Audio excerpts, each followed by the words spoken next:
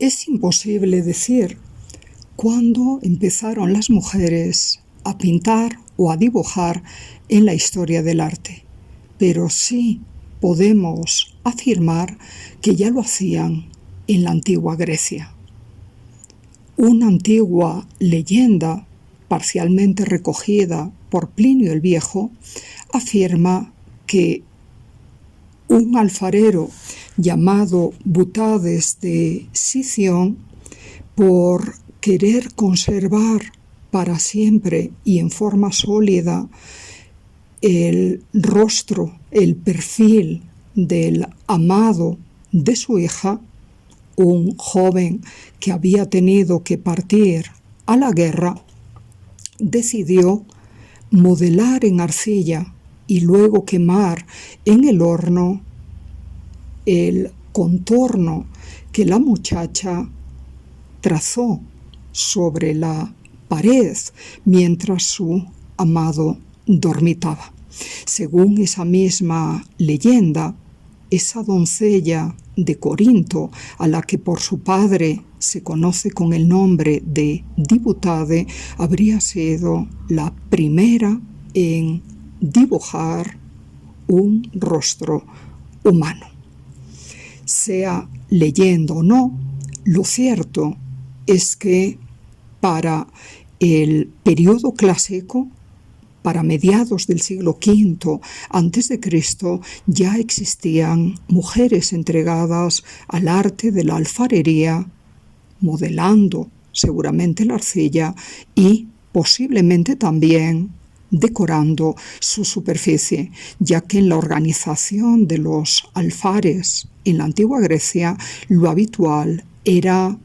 empezar a trabajar como diseñador y luego, si uno probaba tener talento, hacerlo también como modelador. En la Hidria que estamos viendo ahora asistimos a un certamen de alfareros. La diosa Atenea, descendiendo del cielo, se dispone a coronar triunfalmente al principal, mientras que dos Niques, asistentes suyas, encarnaciones de la victoria, proceden a hacer lo mismo con otros dos que entendemos quedaron respectivamente en segundo o tercer lugar. Sorprende hallar en un rincón, sobre un estrado, pero sin recibir ni de la diosa patrona de la artesanía, particularmente de la femenina o de sus niques, ninguna particular atención. Posiblemente esa imagen, diseñada por algún varón, testimonia la menor o inferior posición de las mujeres en el mundo de los talleres de alfarería y posiblemente también de pintura, pero junto con esto nos acredita el hecho de que existieron decoradoras y, entendemos, existieron pintoras también. Así al menos lo afirma el naturalista romano Plinio, el cual en el siglo I de la era ya cristiana, al referirse a los pintores más famosos de la antigüedad griega, menciona a varias mujeres artistas, insistiendo en que también ellas pintaron. Así sucedió con Timarete, hija de Micón, con Irene, hija y discípula de Cratino, con Calipso, con Aristárete, discípula de un tal Nearco, con Olimpia y sobre todo con Iaia de Cícico, de la que Plinio afirma fue extraordinariamente alabado un autorretrato que ella pintó y que todavía se conocía en época romana. Por supuesto, nada de las obras de estas mujeres pintoras ha llegado a nosotros hoy, pero sí podemos afirmar que al menos un mosaico muy célebre encontrado en una casa de Pompeya y con una temática militar, como es la batalla de Alejandro en Isos contra Darío III de Persia, fue inspirado por una antigua pintura griega del inicio del periodo helenístico, de allá por el 300 a.C. más o menos. Y si bien unos afirman que fue un tal Filoxeno de Eretria el que pintó tal composición, también se dice que una mujer, Helena de Egipto, formada en la pintura por su padre, desarrolló un tema similar. Así que en el mosaico que estamos contemplando es posible que veamos la transcripción en teselas minúsculas de algo que hacia el 300 a.C. pintó una famosa mujer. Que las artistas existieron en Grecia y en Roma queda evidenciado no solo por la Hidria que acabo de mencionar o por la leyenda de la doncella corintia, esta diputada a la que hacia el 1775 pintó el británico Joseph Rive of Derby con un estilo marcadamente neoclásico, sino también lo prueban los testimonios literarios y algunas placas funerarias, como una encontrada en un cementerio posiblemente de Ostia y perteneciente al siglo II, en donde se ve una joven mujer reclinada sobre su triclinio y con la paleta y los pocillos para pintar a su disposición y delante de la misma. No conocemos, no podemos atribuir a ninguna mujer nada de la pintura mural que se ha preservado en Pompeya y en Herculano hasta la actualidad. Por lo que dice Plinio, es más fácil pensar que fueron artistas dedicadas al retrato y a la pintura de Caballete, esa Yaya de Cícico o esa Timarete o Olimpia o las que he mencionado previamente, pero insisto, el caso es que en verdad llegaron a pintar. Con el final de la antigüedad desaparecieron los nombres de los artistas famosos, pero incluso en el siglo X, en la España en parte ocupada por los musulmanes y con una población al norte cristiana, 3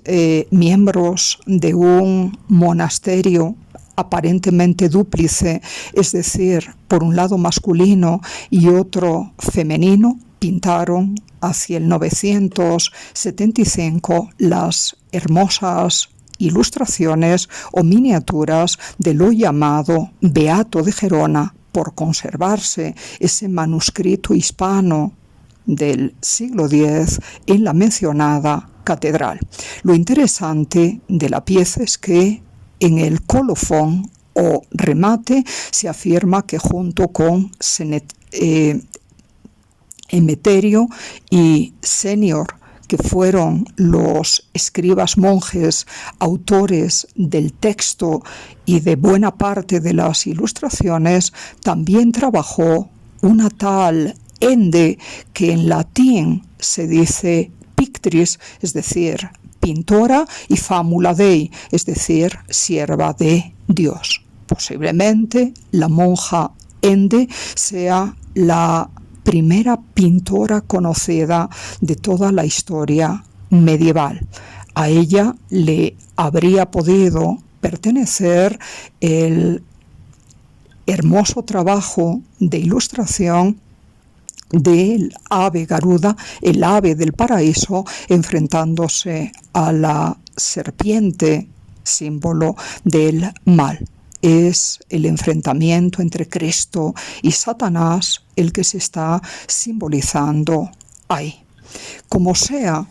además de existir miniaturistas en los conventos medievales y particularmente en las abadías femeninas, hemos de acreditar a ellas el trabajo de bordado, que en algunos casos fue más allá de lo meramente ornamental para las piezas de ropa o litúrgicas, sino que adquiere las extensiones de un auténtico tapiz. Así sucede con el mal llamado tapiz de Bayeux. Lo digo porque en realidad es un trabajo de bordado, una pieza de lino de unos 70 metros de longitud por medio metro de alto, que narra con todo lujo y pormenor, a manera de una crónica ilustrada, la conquista de Inglaterra por los normandos, acontecida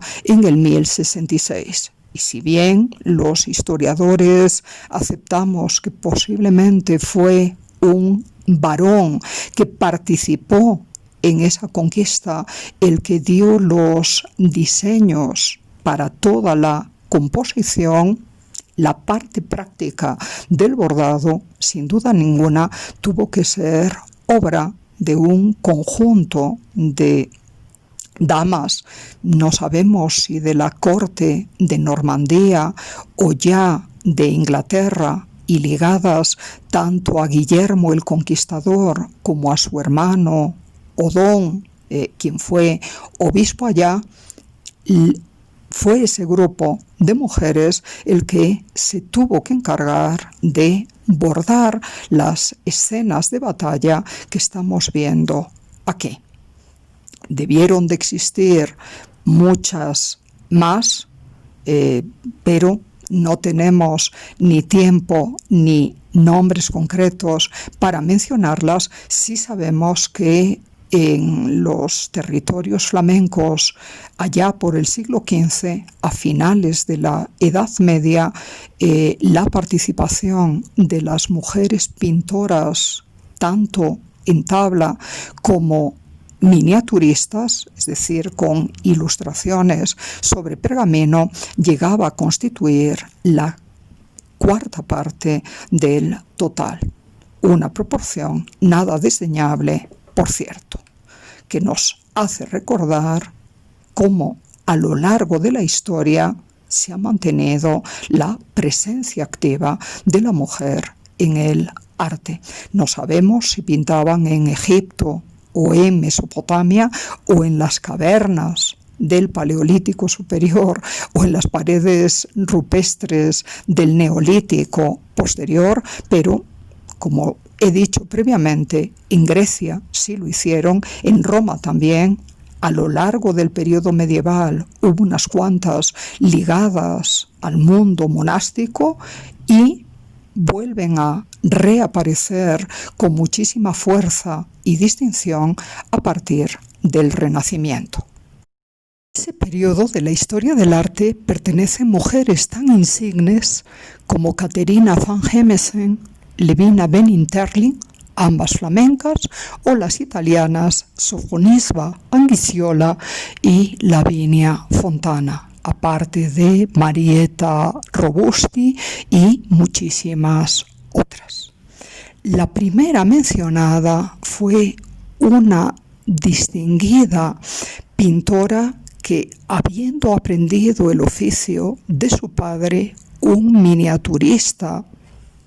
de Amberes, acabó desarrollando una carrera ilustrísima, convirtiéndose en la pintora favorita de la entonces regente de los Países Bajos, en nombre de Carlos I de España y V de Alemania, la reina María de Hungría.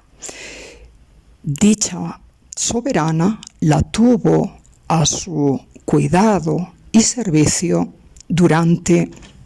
bastantes años, y cuando finalmente, tras la abdicación de su hermano Carlos V, se vio obligada a retornar a España, se llevó consigo a su pintora de corte, Caterina, para que allá en Madrid la siguiera acompañando, retratando o sirviéndola en otro tipo de pinturas. Desafortunadamente, la obra de Caterina en España se ha perdido por un incendio que sufrió el antiguo Palacio Real en el siglo XVIII. Igual que le va a pasar a su distinguida colega, la italiana Sofonis Vanguissola, los retratos que pudo haber pintado allá o, insisto, desaparecieron por causa de las llamas o han sido atribuidos a otros artistas. De la calidad de pintura de esta mujer nos da cuenta precisamente su autorretrato, pintado en el 1548, cuando ella solamente tenía, como orgullosamente proclama en latín en el fondo de la tabla, 20 años de edad. Desde entonces y hasta que murió en el 1587, unos 40 años después, siguió dedicándose a la pintura con total maestría y excelencia, testimoniando el influjo que el Renacimiento romano había producido en las tierras de los Países Bajos y manteniéndose ella en principio fiel a ese estilo y no tanto al manierismo que era característico de su padre, el pintor Jan Sanders van Hemesen, su maestro en este arte. Notémosla aquí, sería bastante concentrada y atenta, pintando sobre una pequeña tabla, lo que parece ser un retrato, mientras se gira para mirarnos con cierta curiosidad y cierta modestia, pero al mismo tiempo vistiendo sus mejores galas para proclamar cómo a través del buen oficio de la pintura uno podía alcanzar una posición económica y, como acabamos de ver, una distinción social verdaderamente envidiables. Eso mismo le sucedió a su colega flamenca también, Levina Benning-Terling. Igual que le pasó a Caterina, también ella acabó marchándose a otro país, en su caso a Londres, en 1545, tras recibir una invitación oficial del entonces rey Enrique VIII Tudor como pintora real. Lo hizo, igual que le pasó a Caterina, acompañada de su esposo. Como vemos, es la fama, es el prestigio de estas mujeres lo que lleva a que sus maridos las acompañen y sigan para que ellas puedan seguir desarrollando tan ilustres carreras. Mantuvo su posición como pintora oficial del reino hasta su muerte, alrededor de 1576. Habiéndose vuelto para entonces artista al servicio de la reina Elizabeth I. Precisamente es el retrato de esta soberana, pero cuando todavía era una princesa que no había llegado al trono, y por lo tanto podemos considerar la obra de hacia el 1550 o 1555, uno de los pocos cuadros que con gran tamaño, un poco más de 1 metro de alto, se le atribuyen a Levina. Y es que al haber sido tanto hija como nieta de miniaturistas flamencos distinguidos, se ha pensado que allá en Gran Bretaña se dedicó a la especialidad de la miniatura, sea en forma de retratos sobre marfil, algo muy apreciado en aquellos tiempos, retratos miniatura pequeños que se podían usar como colgantes y eran regalados entre los miembros de la nobleza con cierta frecuencia, o como miniaturista sobre pergamino. Lo cierto es que no conocemos cuál fue su especialidad, pero en ese periodo, durante el tercer cuarto del siglo XVI, mientras estuvo en Londres y particularmente en época de Enrique VIII, se la juzgaba como la mejor retratista del momento y la mejor pagada, incluso por encima del talentoso y brillante alemán Holbein el Joven. Otro tanto pasó con Sofonisba Anguissiola, hija de un noble de Cremona y por lo tanto excepcional en su acceso a la pintura, ya que si bien por aquellos tiempos era normal que las hijas de pintores, si tenían condiciones para el dibujo o para la pintura, aprendieran este oficio y se mantuvieran apegados a sus padres en los talleres familiares, en el caso de Sofonisba fue el deseo del padre de darle a todas sus hijas una educación esmerada y el amor del padre hacia lo que nosotros hoy llamamos las artes plásticas, lo que le condujo a aprender, igual que hicieron algunas otras de sus hermanas, dibujo y pintura desde su adolescencia, y viendo el padre que lo hacía muy bien, llegó a consultar a mediados del siglo XVI, hacia el 1545 más o menos, al gran maestro Miguel Ángel, en aquel entonces enfrascado en la supervisión de las obras de la nueva iglesia de San Pedro del Vaticano, y tras haber pintado el famoso juicio final para el testero de la Capilla Sixtina. Después de haber hecho todo eso, cuando ya Miguel Ángel era un artista extraordinariamente reputado y ya anciano, el padre de Sofonisba le consultó acerca del talento de su hija. Nos cuenta Vasari, el biógrafo de los más destacados pintores, escultores y arquitectos italianos, ya en la segunda edición de sus vidas, que Miguel Ángel, para probar el talento de la muchacha, le mandó a hacer varios ejercicios. Le pidió que copiara obras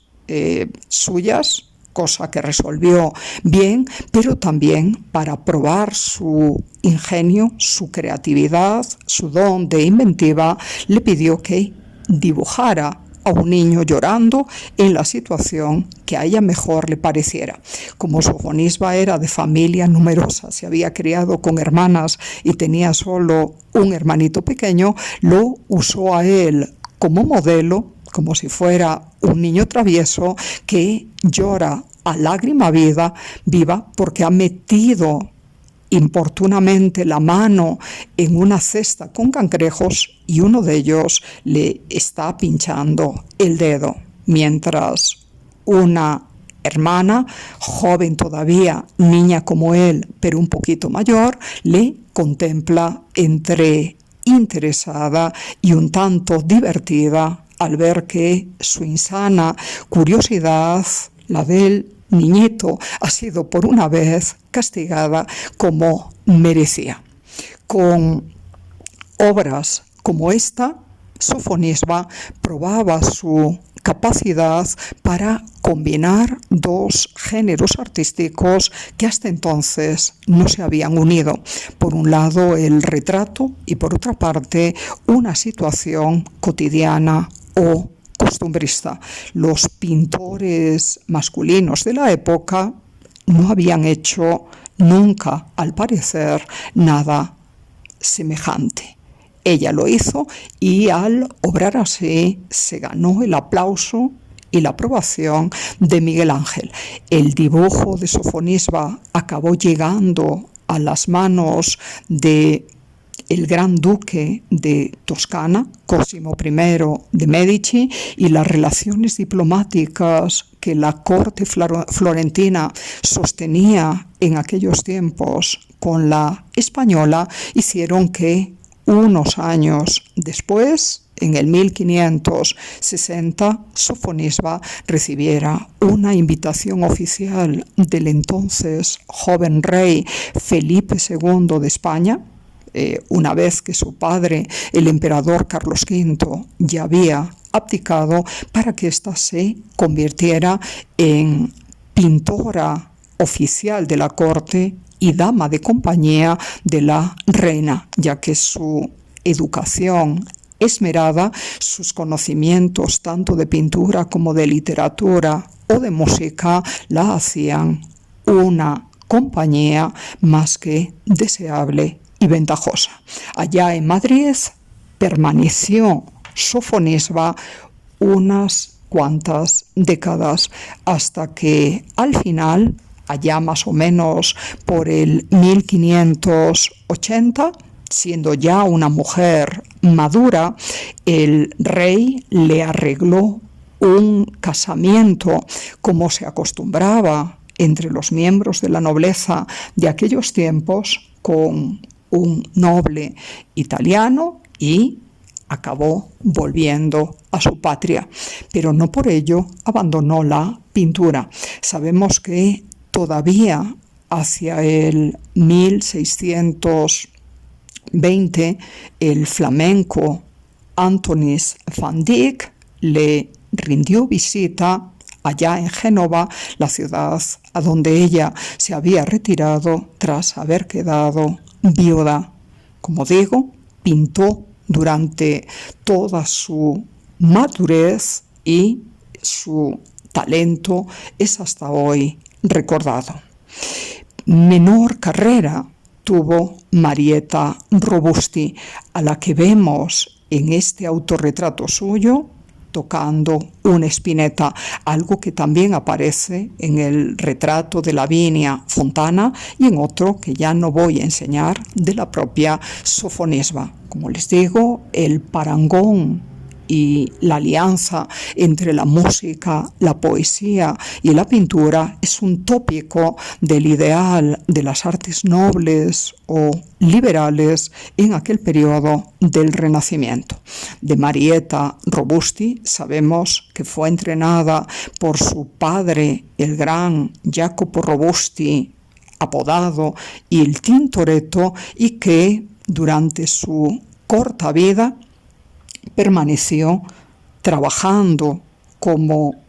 oficial de taller en los grandes lienzos que le encargaban a su padre. Acabó muriendo antes que él y no acabó, por lo tanto, desarrollando ninguna carrera particular, a diferencia de las otras artistas que les he mencionado. Es el caso de Lavinia Fontana, hija de un pintor de Bolonia conocido como Próspero Fontana, que habiendo aprendido con él y habiéndose casado con un condiscípulo apellidado Zappi, destacó tanto en el arte de la pintura, en el género del retrato o de las composiciones religiosas, pero también en alguna que otra obra mitológica, que, estando ya casada y siendo madre de varios hijos, era el marido el que se ocupaba de la crianza de los niños o de hacer labores subsidiarias como el enmarcado de los lienzos, para que ella, que era la famosa y la que verdaderamente recibía encargos, pudiera satisfacer a su exclusiva clientela, tanto en su ciudad de Bolonia como más tarde en Roma, a donde se trasladó en el 1503 tras haber recibido una invitación oficial del Vaticano para que se convirtiera allá también en pintora de corte. Más tarde,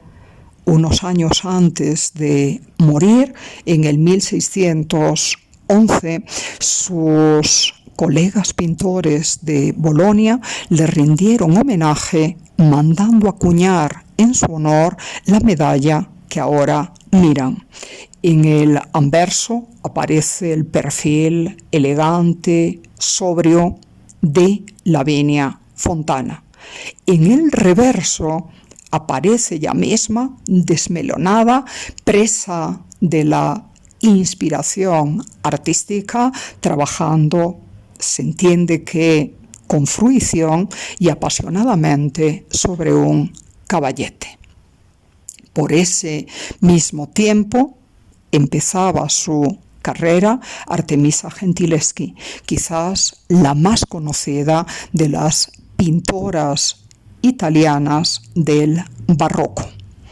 Como la anterior, también ella fue hija de un pintor, Orazio Gentileschi. Tuvo la desgracia de tropezar en el taller de su padre con un especialista de perspectiva llamado Tassi, quien, según las actas judiciales de aquellos tiempos, la violó repetidamente, o al menos eso fue lo que alegó la joven Artemisa, acusando al que, por ser varón, dada la mentalidad de la época, acabó granjeándose el perdón o por lo menos la consideración de inocencia por parte del jurado, del juez que procesó el caso. Ese asunto no amilanó para nada a la voluntariosa Artemisa, que tras haber trabajado con su padre desarrolló una carrera independiente como pintora y en más de una vez acabó colaborando con él, por ejemplo, cuando le invitaron a Inglaterra. En el autorretrato que de ella vemos aparece pintando como una alegoría de la pintura, mostrándose también decidida y enérgica y esforzada ante su caballete y con una larga cadena de oro colgándole del cuello en referencia a la tradición de enseñanza de maestro a discípulo que existe en la pintura o en cualquiera de las artes. El final es un medallón en forma de máscara que hace referencia a la pintura como imitación de la vida, igual que las máscaras imitan el rostro humano. Estrictas contemporáneas suyas fueron Judith Leister y Clara Peters, la primera oriunda de Utrecht, lo que pudo haber favorecido el conocimiento de la pintura tenebrista de Caravaggio a través de los Caravaggisti de Utrecht, acabó desarrollando una destacada carrera profesional en la ciudad holandesa de Haarlem. Es posible que hubiera sido discípula o por lo menos conocida del gran Frans Hals, ya que sabemos que en el 1631 firmó como testigo de bautismo de uno de los hijos de Frans Hals, precisamente en Haarlem. Con todo, unos años después, habiéndose convertido como él en maestra reconocida del gremio de pintores de la ciudad, bajo el patronazgo del evangelista San Lucas, como venía siendo común desde la Edad Media Europea acabó presentando un pleito contra Hals, acusándolo de haberse llevado a una de sus aprendices al taller.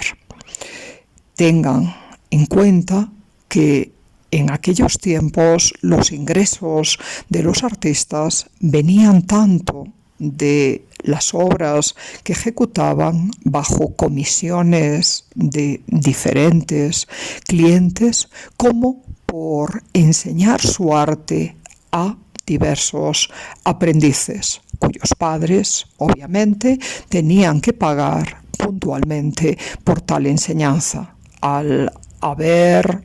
atraído hacia su taller Franz Hals una de las discípulas que Judith Leister tenía en el suyo, ella se vio agraviada y perjudicada en términos económicos y también de prestigio, y por eso lo acabó denunciando ante las autoridades del gremio. Por ese mismo tiempo se autorretrata, como vemos, ufana, orgullosa, muy satisfecha de ella misma y de sus logros como pintora en este autorretrato del 1635. Nos llama hoy la atención lo elegante de su indumentaria y el espectacular cuello de encaje holandés perfectamente almidonado. Es obvio que con semejante cuello y con el finísimo encaje que adorna las mangas de su traje, sería imposible pintar nada en un taller.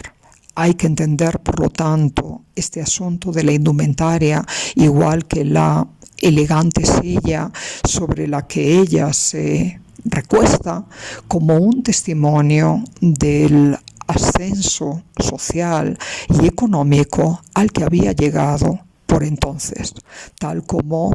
vimos que sucedía entre las damas del arte del Renacimiento flamenco o italiano. En un gesto muy característico de su estilo, como digo, emparentado y obviamente derivado del de Franz Hals, ella aparece con la paleta y el pincel en la mano, dando los últimos toques a un cuadro en donde se representa un alegre violinista. Es por este tipo de temática popular y costumbrista por la que Judith Leister era afamada. Pero igual que haciendo eso promociona su propio arte, nos deja advertir la diferencia entre el ser real autorretratado y la imagen pintada sobre un lienzo o tabla. El éxito que alcanzó ella en Haarlem fue compartido por ese mismo tiempo por otra artista flamenca activa en Amberes, conocida como Clara Peters. Pero antes de referirme a ella y para que se entiendan las dificultades por las que tenía que pasar cualquiera de estas muchachas que aspirara a brillar en el arte, vale la pena que nos detengamos en ese precioso cuadro de carácter costumbrista de Jan Steen, uno de los más grandes pintores holandeses del siglo XVII y que lleva por título La lección de dibujo. Es una obra pintada al óleo, como todas las anteriores, hacia el 1665. Vemos ahí a un maestro pintor que en su taller está explicando algunos pormenores de dibujo a su joven pupila, una muchacha adolescente, a juzgar por su rostro, que escucha con muchísima atención las indicaciones del maestro mientras afila su lápiz para seguir dando toques en ese dibujo. Pero al tiempo que vemos este asunto, nos percatamos de qué tipo de enseñanza podían recibir las mujeres en el siglo XVII o en el siglo XVI previo. La moralidad y las costumbres de la época impedían que estudiasen anatomía a través de modelos desnudos. Por eso, el objeto de su atención es ese pequeño yeso con una figura masculina y desnuda. Era lo más lejos, en teoría, que podían llegar o a dónde podían llegar estas mujeres artistas. Se cuenta que Artemisa Gentileschi desafió esa prohibición pintando, estudiando el desnudo a veces de algunas mujeres y es posible que de algunos varones, dada su notable capacidad para la representación anatómica del cuerpo humano en posturas muy diversas. Sería una excepción. Lo común es que sucediera lo que aquí estamos viendo, ya que las carreras de estas mujeres se iban a dedicar esencialmente a los retratos y también a la pintura de bodegones o naturalezas muertas. No sucedía lo mismo con los aprendices masculinos, como el niñito que estamos viendo del otro lado del profesor y que escucha igualmente interesado sus explicaciones. Es todavía muy joven para aprender anatomía y representación del desnudo del natural, pero lo podrá hacer en su momento tal como venía aconteciendo desde el Renacimiento en el ámbito italiano. En Flandes, vale la pena aclarar, el desnudo fue un tema menos habitual que en Italia, pero de desarrollarse tenían más facilidad para hacerlo los varones que las mujeres. En la pintura de Jan Steen, aparte del maestro, la muchacha aprendiz y el niño que recién está empezando, vemos todos los elementos que caracterizaban a un taller de pintor en aquellos tiempos.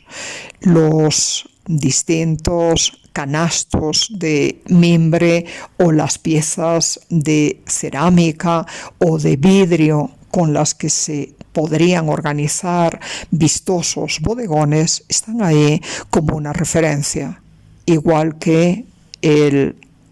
buey que aparece recostado en un anaquel es una clara alusión a San Lucas, que como he dicho previamente es el patrono de los pintores en la Europa, no solo católica, sino también protestante. Así que una carrera dedicada a la naturaleza muerta fue la que desarrolló Clara Peters en Amberes. Fue de las pocas artistas locales que no formó parte del taller de Rubens. Fue contemporánea de un medio discípulo suyo como fue Van Dyck. Acabó muriendo en el 1657 y se dice que tuvo una carrera prodigiosamente temprana porque ya a los 14 años recibía encargos. Se casó en Amberes, se convirtió, como le sucedió a Judith Leister en Haarlem, en miembro del gremio de pintores locales y pasó previamente una temporada en Holanda. Se conocen muchas naturalezas muertas suyas, están repartidas en diferentes museos del mundo. El del Prado de Madrid cuenta con varias, y característico de la composición de Clara Peters son estas piezas que se llaman de desayuno, en donde aparecen los pretzels, aparecen frutas, aparecen a veces jarras y botellas con vino, complementadas con un pequeño jarrón de flores, como ahora mismo estamos mirando. Da la impresión de una composición elegante, bien ordenada. Obras de este tipo le acarrearon la fama. Y en esa misma línea estuvo el trabajo ya casi un siglo después, aunque había empezado a finales del siglo XVII, de las también holandesas Rachel Roush y Anne-Marie Sibylla Merian, con obras que alcanzaron fama alrededor del 1700. La primera sobresalió por sus composiciones florales, como la que estamos viendo ahora mismo. Tuvo una carrera internacional que desde la Holanda natal y desde los centros artísticos de Ámsterdam y de La Haya la llevó a Düsseldorf, en Alemania, en donde acabó convirtiéndose en pintora de cámara del elector local, con este tipo de obras que, como digo, estamos mirando. La carrera de Sibylla Merian fue similar. Procedía de una familia alemana. Su padre fue un connotado grabador, pero ella, sintiendo particular atracción por la botánica y por el mundo de los insectos, participó de una expedición holandesa a las tierras centroamericanas de Surinam, y allá entre el 1679 y el 1683 tomó apuntes para lo que sería una de sus obras maestras, el álbum con la metamorfosis de los insectos de Surinam, que se publicó como grabados pintados a mano en el 1705. Una de las láminas de ese álbum es justamente la que estamos viendo aquí,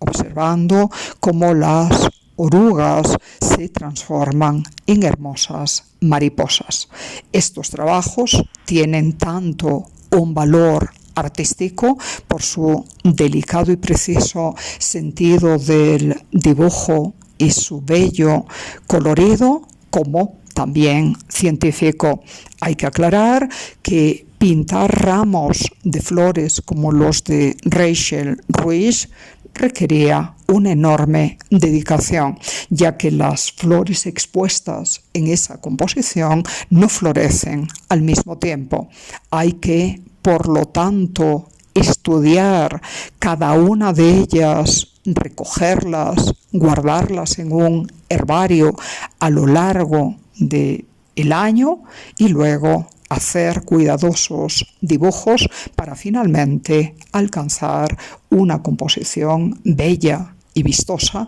como las que aquí estamos mirando. Y en el siglo XVII, por supuesto, no termina la participación de las mujeres en el arte.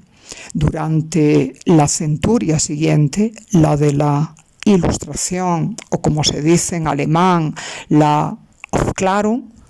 varias mujeres brillaron como pintoras destacadas,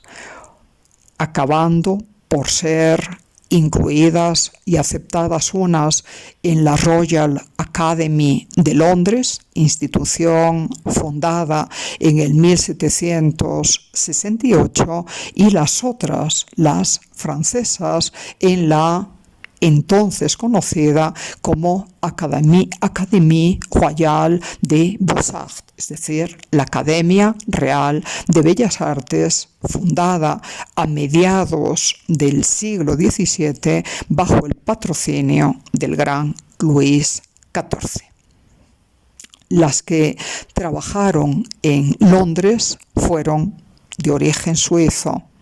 Angélica Kauffmann y Mary Moser. Sus retratos cuelgan de la pared en este complicado cuadro, ya que aúna el retrato colectivo con otra vez una situación ligada al mundo del trabajo, en este caso en particular la actividad de los pintores en la propia academia, y que pintó el artista de origen alemán Johann Zoffany, contemporáneo obviamente a ellas y como ellas miembro de esa prestigiosa institución británica cuyo primer presidente fue Reynolds. Se extrañarán de ver a las mujeres en forma de efigie colgando los retratos de la pared. Tiene esto que ver con lo que anticipaba antes. En el cuadro de Zoffany aparece una lección de anatomía con un modelo que ya está desnudo, posando como el Zeus olímpico de Fidias, y otro que se prepara para hacerlo. Lo contemplan atentos los distintos profesores académicos, toman unos apuntes y otros conversan entre ellos. Las que no pueden estar físicamente ahí porque son mujeres son las dos artistas mencionadas, porque el sentido del pudor y del decoro de la época no solo impedía que una mujer pudiera estudiar modelos desnudos y pintarlos, sino que se consideraba completamente inaceptable e indecoroso que pudieran aparecer, así fuera en una pintura, en un espacio en donde había algún hombre desnudo, como le pasa a estos modelos.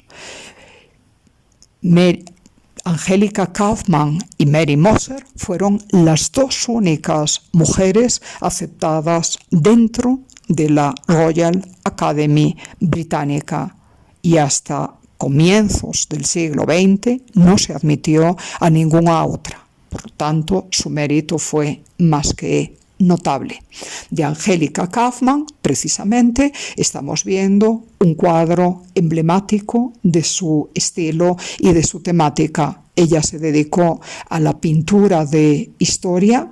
siendo de origen suizo, tuvo su formación artística en Italia, fue parte del círculo de Winkelmann y de otros eruditos dedicados al estudio de las antigüedades romanas, y cuando en el 1766 llegó a Londres fue muy bien acogida por Joshua Reynolds y fue invitada a ingresar poco tiempo después en la Royal Academy. En esa pintura aparece mostrando al artista Zeuxis escogiendo muchachas en Crotona para pintar el retrato de Helena de Troya, y Angélica Kauffmann es la mujer que les contempla a la derecha de la imagen. Las contemporáneas de las británicas de adopción, Angélica Kauffmann y Mary Moser, fueron las francesas Adélaïde Laville-Guiard y Marie-Elisabeth Vigée-Lebrun. Ambas compartieron el honor de ser admitidas en el 1783 en la prestigiosa Academia Real de Bellas Artes de Francia. Y ambas previamente habían integrado el gremio y la Academia de San Lucas de París, que acabó disolviéndose en el 1777 por un decreto regio de Luis XVI, con cuya corte especialmente el trabajo de ambas destacadísimas artistas francesas estuvo muy relacionado. Una y otra se introdujeron en el oficio de pintoras por las enseñanzas recibidas de sus padres.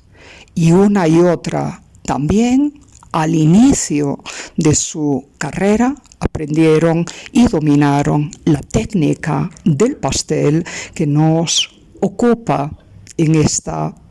fausta y grata ocasión, al celebrar el inicio de la primavera con una exposición que, como estamos viendo con todo este recuento de mujeres, celebra la participación de artistas femeninas bolivianas, unas más conocidas y consagradas y otras más nobles y de trayectoria incipiente, con el poético y sugestivo título de Las Damas del Pastel. Hablaremos de ellas más tarde, pero vale la pena recordar que están unidas en cuanto a la práctica que hoy nos muestran gracias al auspicio y la iniciativa de dibujo contemporáneo, un espacio virtual concebido para la difusión y promoción del arte boliviano y sus artistas en estos tiempos turbados y atribulados de pandemia, que ya previamente presentó una exposición en torno a los autorretratos de artistas bolivianos actuales y ahora nos deleita con esta otra muestra. Pues bien, antes que Martina Noriega o Silvia Peñaloza o Susana Castillo o Rosemary Mamani o Rina Mamani o Karina Lara y Madaí Murguía se dedicaran al pastel, ya lo hicieron a finales del siglo XVIII estas damas del pastel que ahora contemplamos. La carrera de Adelaida Labilguiard, cuyo espléndido autorretrato, acompañada de dos pupilas del 1785, contemplamos ahora, testimonia la altura de su arte y una distinción verdaderamente encomiable, tanto entre miembros de la aristocracia francesa como entre personas vinculadas a la intelectualidad y a la clase media del momento. Llegó a abogar, una vez triunfada la Revolución Francesa y disuelta la Real Academia de Bellas Artes para convertirse, a partir de la supervisión del pintor Louis David y bajo el reinado,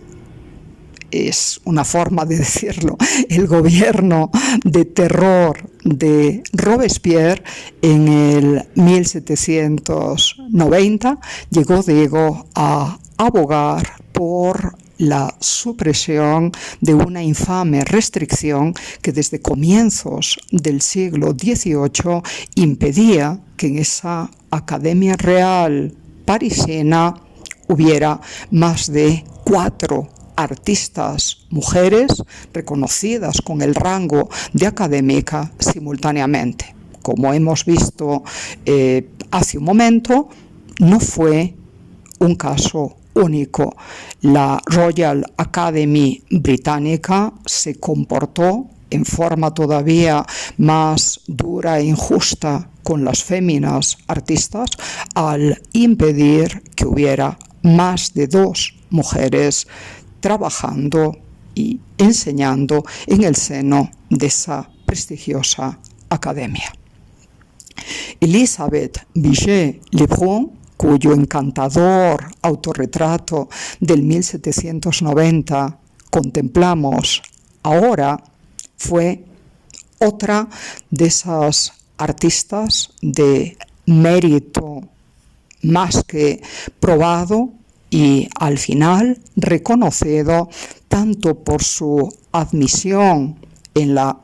Real Academia de Bellas Artes después de, como había dicho, haber formado parte de la Academia de San Lucas, en cuyo salón expuso ya en el 1774 junto con su compañera Laville Guiard, sino porque también por su simpatía natural, por su viveza, por su ingenio, por su talento y don de gentes, aparte de más que notable hermosura, consiguió atraerse el favor de la entonces reina María Antonieta, que la convirtió en su pintora de cámara favorita,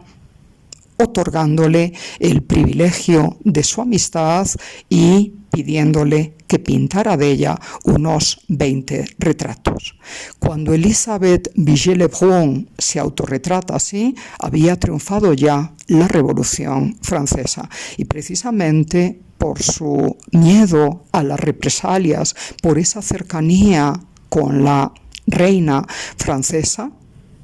para entonces tenida bajo vigilancia, Vigée-Lebrun decidió escapar de París y a partir de ahí desarrollar una brillantísima carrera internacional que la llevó primero a Italia, en donde pintó este autorretrato suyo, luego a Viena y finalmente a San Petersburgo, allá por Rusia, antes de retornar a París ya con el triunfo de Napoleón Bonaparte en el 1802 y después, por no sentirse muy contenta con el régimen imperial napoleónico, volver a partir para trabajar en las tierras de Suiza e Inglaterra, en donde mantuvo incólume su fama. Pues bien, también ella aprendió la técnica del pastel a edad muy temprana en su adolescencia porque su padre, Louis Vigée, era un gran pastelista de la época. Esa vocación de los artistas franceses y particularmente de las femeninas por el pastel empezó allá por el 1720 aproximadamente, cuando a París llegó la veneciana Rosalba Carriera, cuyo autorretrato con una pintura en sus manos estamos contemplando ahora. Ella es la verdadera introductora e impulsora de esta delicada y finísima técnica en suelo francés, por más que ya en el siglo XVII y a partir del uso de gredas naturales como barras de pizarra o almagre o sanguina, se empezara ya a dibujar con pigmentos naturales, tal como habían hecho en el siglo XVI tanto Leonardo como el grandísimo Miguel Ángel. En París, un artista anónimo ya para esa misma centuria, el siglo XVI, en pleno Renacimiento, trabajaba con gredas naturales extraídas de la tierra y cortadas como barro, parecidos a la tiza, que se hace en cambio con pigmentos mezclados con aglutinante en una pasta que ya sabemos se enrolla en bastoncitos. El pastel nacerá de eso, de pulverizar muy finamente pigmentos naturales y mezclarlos con normalmente cola de pescado, jugo de higo o particularmente la goma arábiga a manera de aglutinantes. La pasta que se logra con todo ello se deposita en pequeños moldes, se puede enrollar, como digo, en forma de barras o cortarse como tales barras y tiene la virtud de mantener intacto el color de esa preciosa y delicada barrita al pastel, similar a una tiza, como digo, pero con una gama y variedad de colores y tonos que llega a parecer infinita. En la actualidad en el mercado se pueden adquirir más de 1500 tonos de pastel variados y que, insisto, en el pasado, en el Renacimiento, se reducían a tizas y gredas naturales de los colores que he mencionado. Por eso he dicho también que fue un anónimo francés, conocido como l'anonyme Le Courrier, el que, dibujando con clariones de tiza negra, roja y con un ligerísimo difuminado, conseguía unos hermosos efectos de sutil modelado en los rostros. En el siglo XVII, continuando con esa tradición, los franceses Vivian, Nattier y Coypel, grandes retratistas en la corte de Luis XIV, hicieron esa suerte de dibujos finamente difuminados. Pero para llegar al pastel tal como lo entendemos hoy, con esos colores maravillosamente luminosos, unas veces muy vivos e intensos y otros delicadísimamente matizados, hubo que esperar a la llegada precisamente a París, como decía antes, de la gran Rosalba Carriera. Fue ella quien dominó este medio, esta técnica de la pintura al pastel en la primera mitad del siglo XVIII.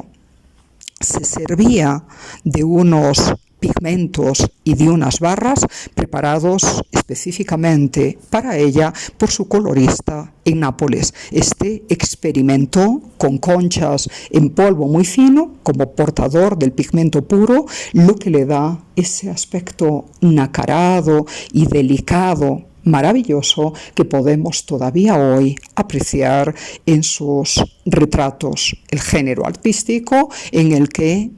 sobresalió Rosalba Carriera y que hizo que se convirtieran a esta técnica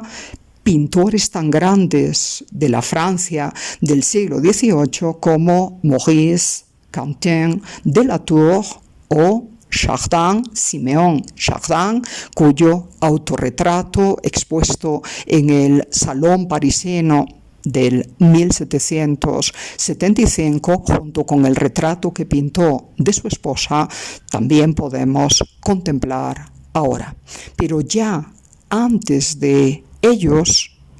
Rosalba Carriera, buscando popularizar en París la técnica del pastel, intentó entrevistarse con el gran maestro de la pintura rococó, Watteau, del que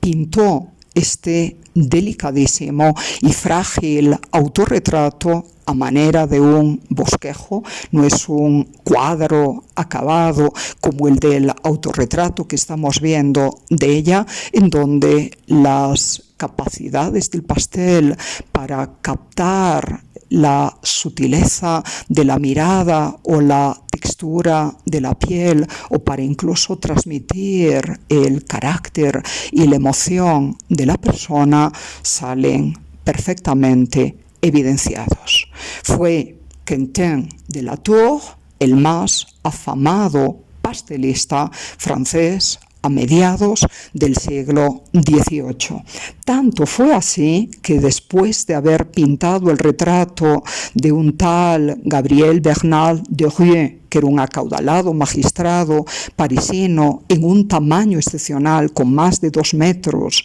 de alto, la Academia Real de Bellas Artes parisinas acabó prohibiendo que para el ingreso en la misma se pudiera presentar una obra al pastel, porque sus miembros tenían miedo de que esta novedosa y brillante pero delicada técnica acabara degradando el estatus del óleo, que desde el Renacimiento se había convertido en la técnica reina de la pintura. Los méritos de Quentin de la Tour como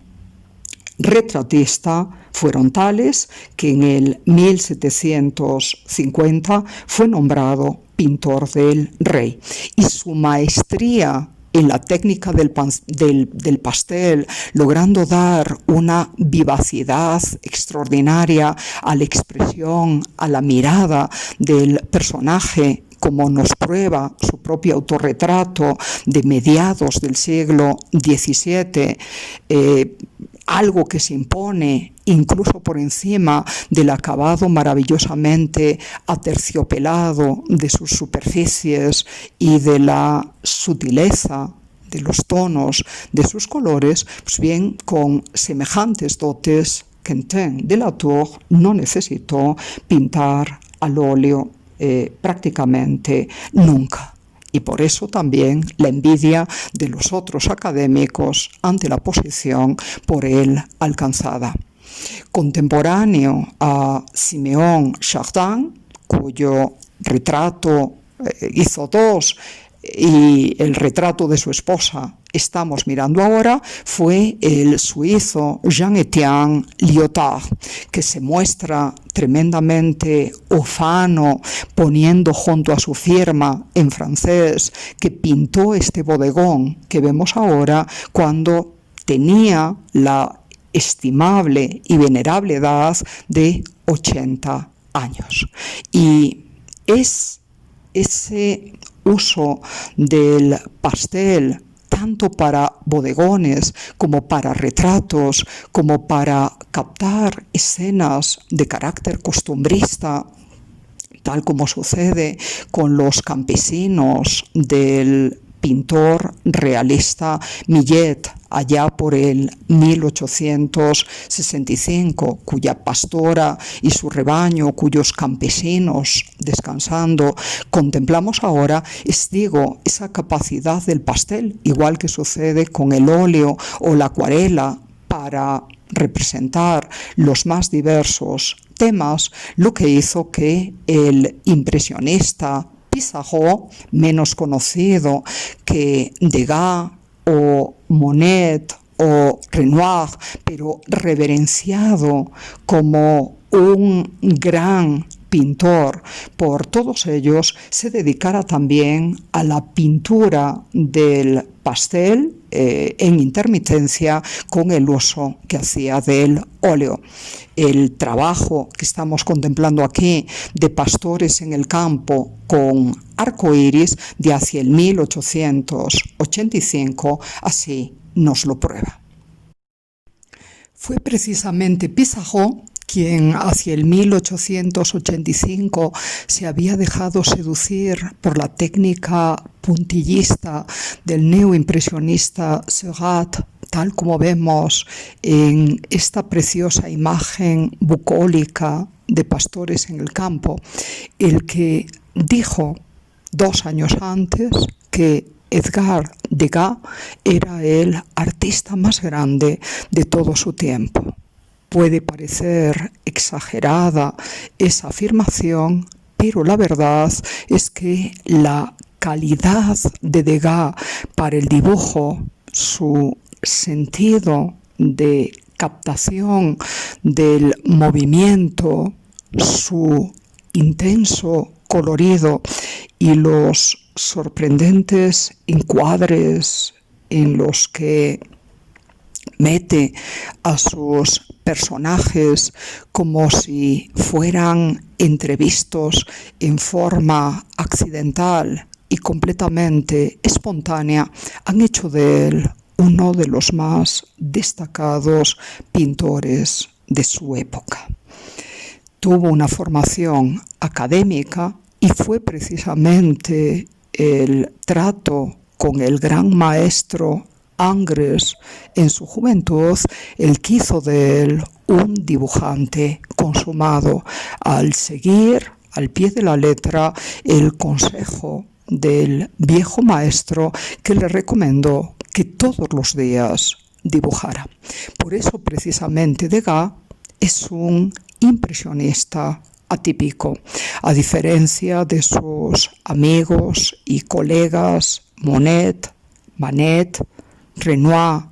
y otros. No se interesó jamás ni por las escenas pintadas au plein air, al aire libre, ni tampoco por captar los efectos de la luz natural en un momento preciso.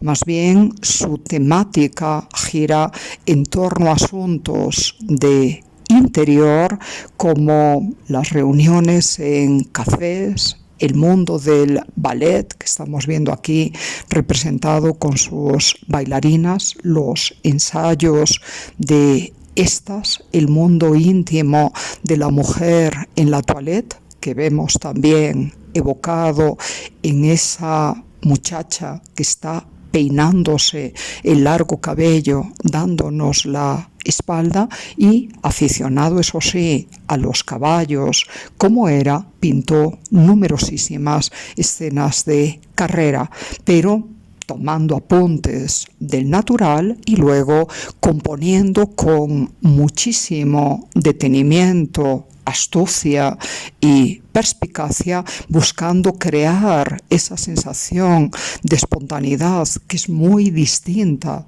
a su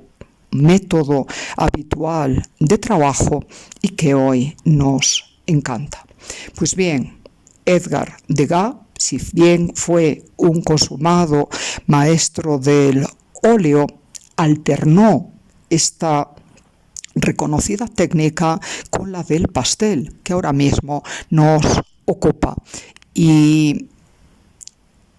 inquieto como era, no vaciló en experimentar todo tipo de técnicas, mezclando el pastel con el óleo, diluyendo los óleos desprovistos del aceite en el que están emulsionados con aguarrás o trementina para facilitar un secado más rápido, desarrollando incluso un tipo de grabado al pastel con efectos siempre particularmente luminosos y en los cuales el trazo vívido, rápido, lleno verdaderamente de maestría para captar el movimiento natural o animal, como decía él, de los distintos seres humanos y particularmente de las mujeres que fueron sus modelos, está aquí bien presente. Y fue precisamente Degas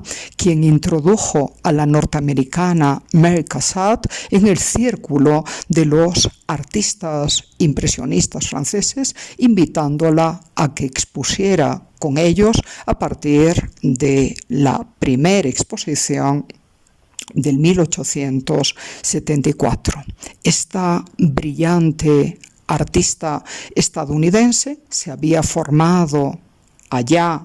en su Filadelfia natal, pero queriendo conocer directamente la pintura europea y las novedades que se estaban produciendo en ellas, se trasladó a París y ahí rápidamente entró en contacto con, insisto, el círculo de los impresionistas. Trabó una sincera y larga amistad con Edgar Degas y a lo largo de su carrera dominó tanto la técnica del óleo como la del grabado o el pastel que nos ocupa ahora. Pero siendo mujer y de familia adinerada, su padre era un banquero tuvo que someterse a las costumbres de la época, que veían mal e indecoroso que una mujer perteneciente a la alta sociedad se anduviera mezclando en los cafés con varones, por más que fueran sus amistades. Por lo tanto, su pintura impresionista no gira en torno a ese tipo de escenas tan propias de los varones de la época, sino más bien del mundo íntimo de la mujer y de sus quehaceres femeninos, tal como nos prueban estas entrañables representaciones de caricias maternales o de un bebé durmiendo. Muy distinto es el tratamiento que del pastel hizo el francés y, en su caso, postimpresionista Henri de Toulouse-Lautrec, miembro de una familia acaudalada como Mary Cassatt, pero en su caso perteneciente a la rancia y prestigiosa aristocracia francesa, y dedicado a vivir con toda pasión su gusto por el dibujo y la pintura ya antes de cumplir los 20 años. Allá en París, todos sabemos, pintó con asiduidad escenas de cafés, escenas ligadas al mundo nocturno, a los célebres Moulins como el Rouge, en donde se desarrollaba cada noche una vibrante vida de baile, copas y seducción femenina, y junto con ello, y teniendo un alma amplia y noble, se interesó mucho también por el mundo de las prostitutas, a las que pintó y dibujó con la técnica precisamente del pastel en numerosas ocasiones. Este Henri de Toulouse-Lautrec, en el 1886, coincidió como condiscípulo con el holandés Vincent van Gogh en la Academia Particular de Cogmont, y de la amistad que se suscitó en ese momento, cuando Van Gogh había dejado atrás su pintura oscura y realista para dejarse seducir por breve tiempo por el colorido y la luminosidad del impresionismo parisino, fue en esa época, digo, cuando Toulouse-Lautrec le dedicó a su nuevo amigo el retrato que estamos viendo. Las otras escenas son parte de la temática habitual de Toulouse-Lautrec. Retratos de mujeres ligadas al mundo del baile, al mundo de la noche, y en otros casos al mundo de los burdeles. Sus desnudos son bien conocidos, igual que sus retratos, con trazos muy rápidos, muy seguros, entrecortados, testimoniando su admiración por Degas, que, como decía antes, más que dedicarse a difuminar la pintura, puso énfasis en el sentido del contorno, del trazo y de la línea. Distinto es el tratamiento que al pastel dio el simbolista contemporáneo a los artistas mencionados, Odilon Redon. Tras una primera etapa de grabados y de temática marcadamente simbolista, pero a veces incluso de cariz un tanto sardónico o macabro, y con aires lúgubres, y desarrollado básicamente en blanco y negro, tras una crisis religiosa y una muy grave enfermedad, a partir de 1895, ya en su vejez, Odilon Redón rejuveneció, se volvió una persona sumamente optimista y todo eso se traduce en el colorido vibrante, maravilloso, deslumbrante que aplica a sus composiciones florales, a sus escenas fantásticas, al mundo de la mitología o a paisajes altamente sugestivos como el que vemos aquí. Y es precisamente esa intensidad y esa libertad de colorido lo que le despertó la admiración del fauvista Matisse, y es la riqueza imaginativa la que hizo que los surrealistas posteriormente lo consideraran un precursor y un espíritu afín al suyo.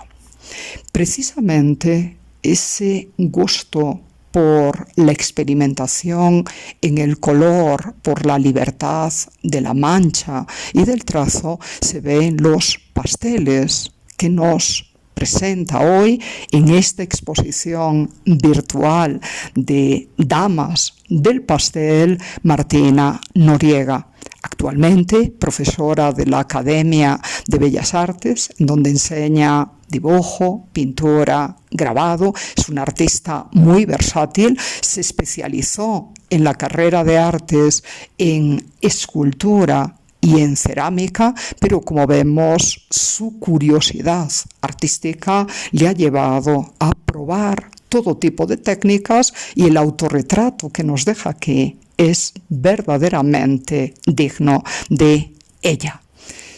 En sus pasteles aparecen figuras imaginativas y soñadoras, pero también bodegones, y al tratarlos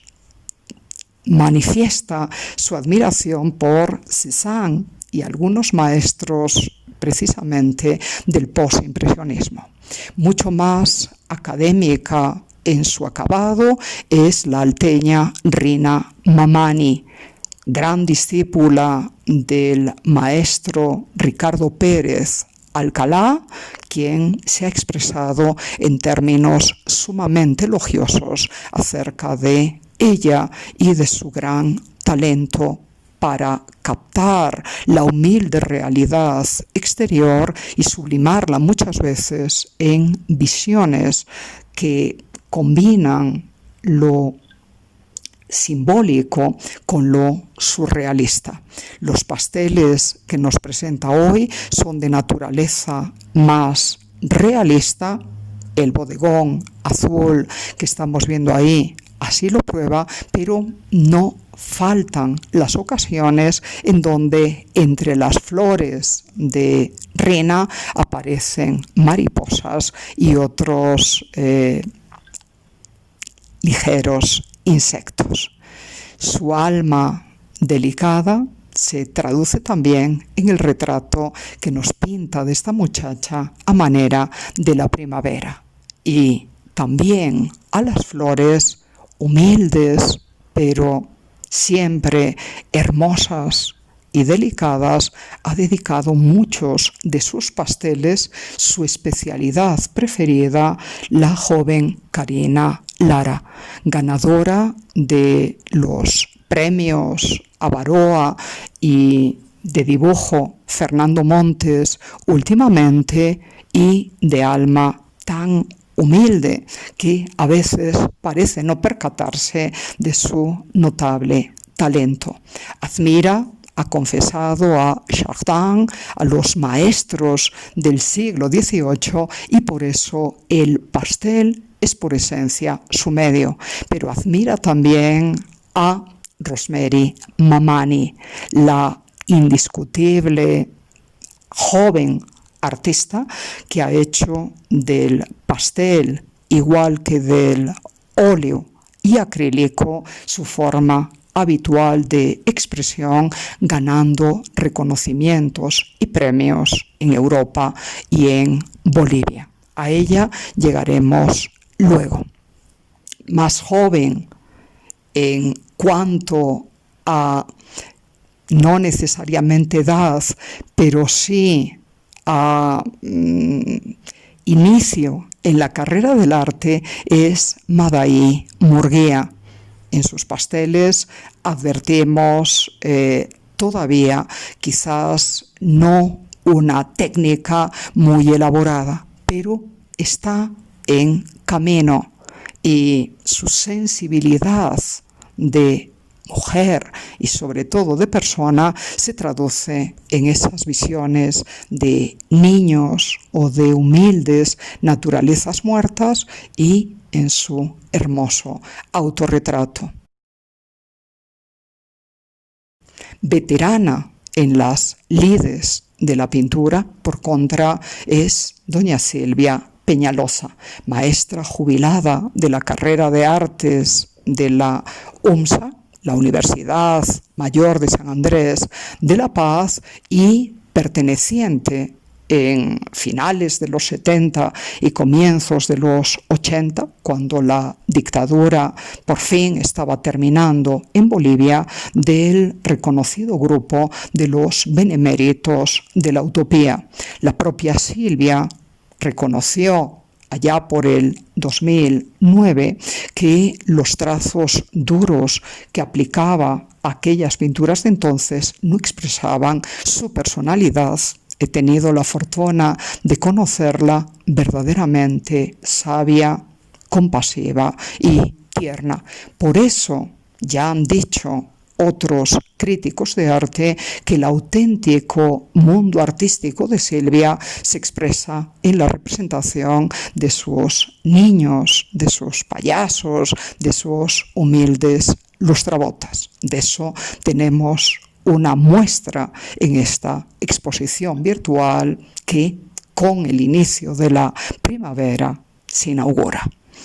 Veterana también en las lides del pastel y con una técnica marcadamente académica, y de todas las artistas que estamos viendo aquí, quizás la más cercana a lo que se hizo en los tiempos de Rosalba Carriera, es Susana Castillo. Le gusta retratar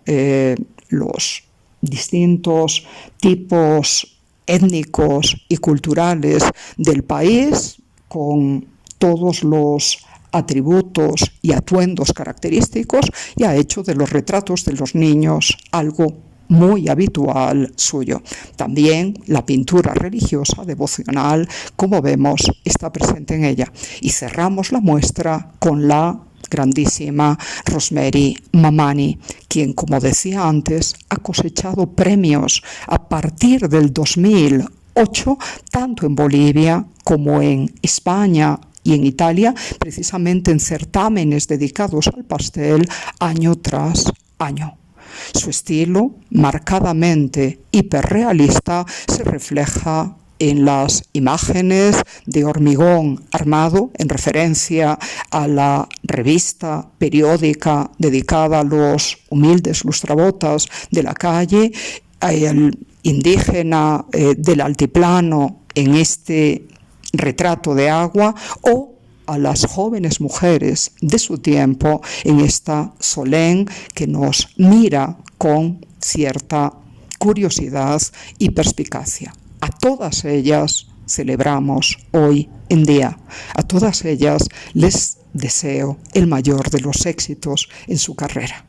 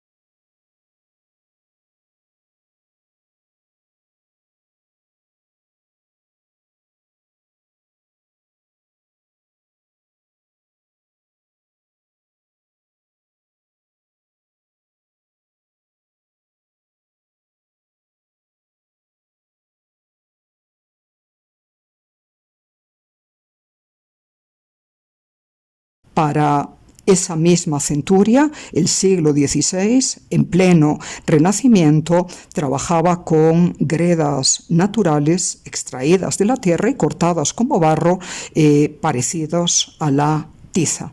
que se hace en cambio con pigmentos mezclados con aglutinante en una pasta que ya sabemos se enrolla en bastoncitos. El pastel nacerá de eso, de pulverizar muy finamente pigmentos naturales y mezclarlos con normalmente cola de pescado, jugo de higo o particularmente la goma arábiga a manera de aglutinantes. La pasta que se logra con todo ello se deposita en pequeños moldes, se puede enrollar, como digo, en forma de barras o cortarse como tales barras y tiene la virtud de mantener intacto el color de esa preciosa y delicada barrita al pastel, similar a una tiza, como digo, pero con una gama y variedad de colores y tonos que llega a parecer infinita. En la actualidad en el mercado se pueden adquirir más de 1500 tonos de pastel variados y que, insisto, en el pasado, en el Renacimiento, se reducían a tizas y gredas naturales de los colores que he mencionado. Por eso he dicho también que fue un anónimo francés, conocido como l'anonyme Le Courrier, el que, dibujando con clariones de tiza negra, roja y con un ligerísimo difuminado, conseguía unos hermosos efectos de sutil modelado en los rostros. En el siglo XVII, continuando con esa tradición, los franceses Vivien Nattier y Coypel, grandes retratistas en la corte de Luis XIV, hicieron esa suerte de dibujos finamente difuminados. Pero para llegar al pastel tal como lo entendemos hoy, con esos colores maravillosamente luminosos, unas veces muy vivos e intensos y otros delicadísimamente matizados, hubo que esperar a la llegada precisamente a París, como decía antes, de la gran Rosalba Carriera. Fue ella quien dominó este medio, esta técnica de la pintura al pastel en la primera mitad del siglo XVIII. Se servía de unos pigmentos y de unas barras preparados específicamente para ella por su colorista en Nápoles. Este experimentó con conchas en polvo muy fino como portador del pigmento puro, lo que le da ese aspecto nacarado y delicado maravilloso que podemos todavía hoy apreciar en sus retratos. El género artístico en el que sobresalió Rosalba Carriera y que hizo que se convirtieran a esta técnica pintores tan grandes de la Francia del siglo XVIII como Maurice, Cantin, Delatour o Chardin, Siméon Chardin, cuyo autorretrato expuesto en el Salón parisino del 1775, junto con el retrato que pintó de su esposa, también podemos contemplar ahora. Pero ya antes de ellos, Rosalba Carriera, buscando popularizar en París la técnica del pastel, intentó entrevistarse con el gran maestro de la pintura rococó, Watteau, del que pintó este delicadísimo y frágil autorretrato a manera de un bosquejo. No es un cuadro acabado como el del autorretrato que estamos viendo de ella, en donde las capacidades del pastel para captar la sutileza de la mirada o la textura de la piel, o para incluso transmitir el carácter y la emoción de la persona, salen perfectamente evidenciados. Fue Quentin de la Tour el más afamado pastelista francés a mediados del siglo XVIII. Tanto fue así que después de haber pintado el retrato de un tal Gabriel Bernal de Rieu, que era un acaudalado magistrado parisino en un tamaño excepcional con más de 2 metros de alto, la Academia Real de Bellas Artes parisinas acabó prohibiendo que para el ingreso en la misma se pudiera presentar una obra al pastel, porque sus miembros tenían miedo de que esta novedosa y brillante pero delicada técnica acabara degradando el estatus del óleo, que desde el Renacimiento se había convertido en la técnica reina de la pintura. Los méritos de Quentin de la Tour como retratista fueron tales que en el 1750 fue nombrado pintor del rey, y su maestría en la técnica del pastel, logrando dar una vivacidad extraordinaria a la expresión, a la mirada del personaje, como nos prueba su propio autorretrato de mediados del siglo XVII, algo que se impone incluso por encima del acabado maravillosamente aterciopelado de sus superficies y de la sutileza de los tonos de sus colores. Pues bien, con semejantes dotes, Quentin de la Tour no necesitó pintar al óleo prácticamente nunca, y por eso también la envidia de los otros académicos ante la posición por él alcanzada. Contemporáneo a Siméon Chardin, cuyo retrato hizo 2, y el retrato de su esposa estamos mirando ahora, fue el suizo Jean-Étienne Lyotard, que se muestra tremendamente ufano poniendo junto a su firma en francés que pintó este bodegón que vemos ahora cuando tenía la estimable y venerable edad de 80 años. Y es ese uso del pastel tanto para bodegones como para retratos, como para captar escenas de carácter costumbrista, tal como sucede con los campesinos del pintor realista Millet allá por el 1865, cuya pastora y su rebaño, cuyos campesinos descansando contemplamos ahora, esa capacidad del pastel, igual que sucede con el óleo o la acuarela, para representar los más diversos temas, lo que hizo que el impresionista Pissarro, menos conocido que Degas o Monet o Renoir, pero reverenciado como un gran pintor por todos ellos, se dedicara también a la pintura del pastel en intermitencia con el uso que hacía del óleo. El trabajo que estamos contemplando aquí de pastores en el campo con arcoíris de hacia el 1885 así nos lo prueba.